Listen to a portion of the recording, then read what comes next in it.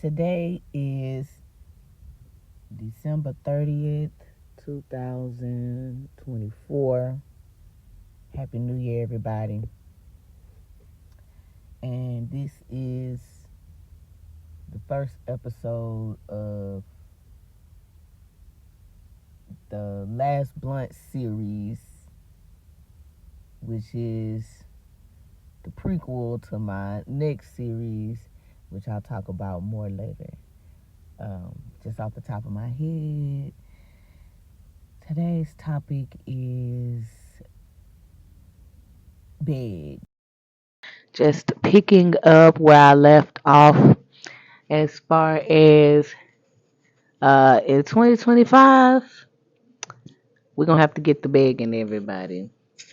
There's two parables I wanted to go over. The first one is the parable of the widow, where there's a lady and an unjust judge, and basically she continues to go to the judge and request justice until he gives it to her.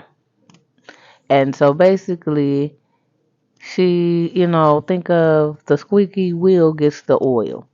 She kept going to the judge, kept going to the judge.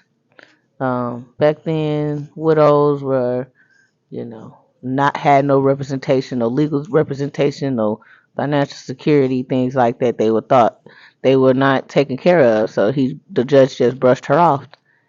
But she kept going back. She kept being persistent. She kept persevering until the judge basically gave her what she wanted. So just like these niggas be begging for pussy, ladies, we're going to have to beg for that money. We're going to have to beg them to take care of us. We're going to have to beg to be treated properly. We're going to have to beg for our soft girl era. That's what I say. Or as my next parable says, what is it? Request boldly. Okay?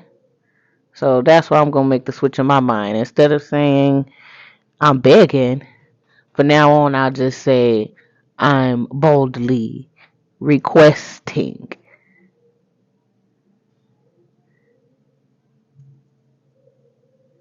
Yeah. So, in order to get these men to step up and, get what I deserve, in my opinion, that's what it's requiring. It feels like begging. It does. So, the other parable in the Bible that I wanted to go over is the parable of the friend at midnight. So, there's this man, he goes to his friend at midnight and he says, I have a friend who's coming in to visit and I have no bread to feed him. So, back then, hospitality, was very important.